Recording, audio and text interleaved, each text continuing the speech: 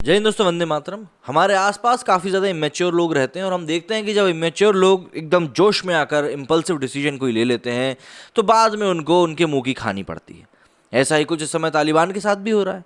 तालिबान ने 15 अगस्त को काबुल अफगानिस्तान पर कब्जा तो ज़रूर कर लिया। उसको एक फेल स्टेट पाकिस्तान का काफ़ी सपोर्ट भी मिल गया, जो कि उसको वही सपने दिखा रहा था जो कि वो देखता हुआ बड़ा हुआ है कि हम ये कर लेंगे, हम वो कर लेंगे, और कर ये लोग कुछ भी नहीं पाते। मतलब क्या ही बताएं, खाया पिया कुछ नहीं, ग्लास थोड़ा 12 आना जो होता है ना, उसमें इनका ग्लास भी 12 आने का नहीं होता है। इतनी बुरी गत इस समय पाकिस्तान की हो रही है। मतलब एक ही तो आस है बेचारों की क्रिकेट से पैसा कमाने की, और वो भी मतलब क्या बताएं, कोई टीम खेलना ही नहीं चाहती।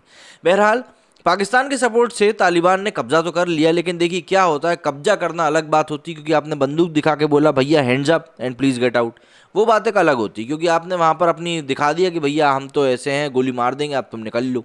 तो इंसान निकल लेता है भाई, किसको अपनी जान की कीमत नहीं होती। लेकिन इसके बाद आपको चलाना होता है देश, और देश चलाना चाहे छोटा हो या बड़ा कभी भी आसान नहीं होता। इवन श्रीलंका की अगर हम बात करें तो वहाँ पर नेशनल इमरजेंसी की घोषणा की गई थी क्योंकि वहाँ पर खाने पीने की चीज़ें खत्म हो गई थी। आप ज़रा सोचिए कि भाई श्रीलंका में तो फिर भी एक अच्छी सरकार है जो कि थोड़ी समझदार है, और तालिबान के बारे में हम सभी जानते हैं। तो तालिबान के देश अफगानिस्तान से अब ये खबर निकल कर आ रही है भैया उनके पास बिजली बिल भरने के भी पैसे नहीं बचे हैं, और रीडिंग जो है लगातार बढ़ती जा रही है। अफगानिस्तान में राष्ट्रीय बिजली ग्रिड का अभाव है और वो लगभग पूरी तरीके से उज्बेकिस्तान, ताजिकिस्तान और तुर्कमेनिस्तान जैसे पड़ोसी देशों से आयातित बिजली पर ही निर्भर है।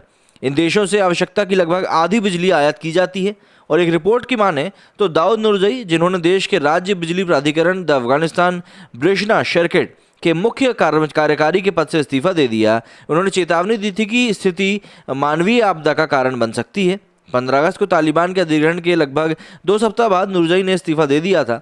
नुरजई ने कहा कि बिजली की कमी से स्थिति देश भर में बिगड़ेगी, विशेष रूप से काबुल में ब्लैकआउट होगा।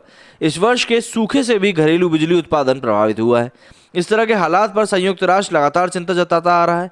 वहीं रविवार को यूरोपीय संघ के विदेश नीति प्रमुख जोसेफ बोरेल ने कहा कि अफगानिस्तान पर गंभीर मानवीय, आर्थिक और सामाजिक संकट का खतरा बना हुआ है, जो क्षेत्रीय और वैश्विक मुसीबतें बढ़ाने वाला है, क्योंकि अफगानिस्तान दुनिया के सबसे गरीब देशों में से एक है, जहां 1/3 आबादी $2 प्रतिदिन से भी कम की आय में गुजर बसर कर रही है। दरअसल अफगानिस्तान पर कब्जा जमाने के बाद तालिबान को लगातार कई तरह के संकटों का सामना करना पड़ रहा है।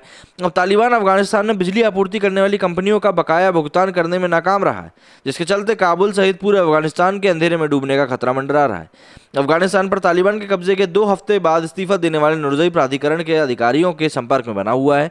उन्होंने वॉल स्ट्रीट जर्नल को बताया कि घरेलू बिजली उत्पादन देश के सूखे की वजह से बुरी तरीके से प्रभावित हुआ है। अब देखिए, आपको एक बात तो समझनी पड़ेगी कि भैया देश चलाना कोई बंदूक चलाने जैसा नहीं होता है कि भैया ट्रिगर पे उंगली करके ट्विंग किया और गोली चल गई, बात खत्म। देश चलाने के लिए आपको चलाना होता है दिमाग, वो भी सिर्फ अकेले नहीं, एक पूरी टीम को लेकर। और टीम यहाँ पर जब इतनी खतरनाक लोगों से भरी हुई है तो आप क्या कह सकते हैं। अब ऐसे में मुझे नहीं लगता कि पाकिस्तान की कोई मदद कर पाएगा, क्योंकि जिसके खुद के ही दांत खट्टे हो रखे हैं वो दूसरे को क्या बता सकता है। अब पाकिस्तान के बारे में बोलना तो खैर टाइम वेस्ट है, लेकिन देखना पड़ेगा भैया, देखने में बड़ा मजा भी आएगा किस तरीके से अफगानिस्तान डील करता है, या फिर यूएन तरस खाकर फिर से कुछ कदम उठाएगा और बोलेगा कि भैया हम आपकी बिजली मुहैया करा रहे हैं, चलिए ठीक है, अपने देश के लोगों को जरा बिजली दीजिए। देखना होगा अब क्या होता है। मेरे इस वीडियो में फिलहाल इतना ही। जय हिंद, जय भारत।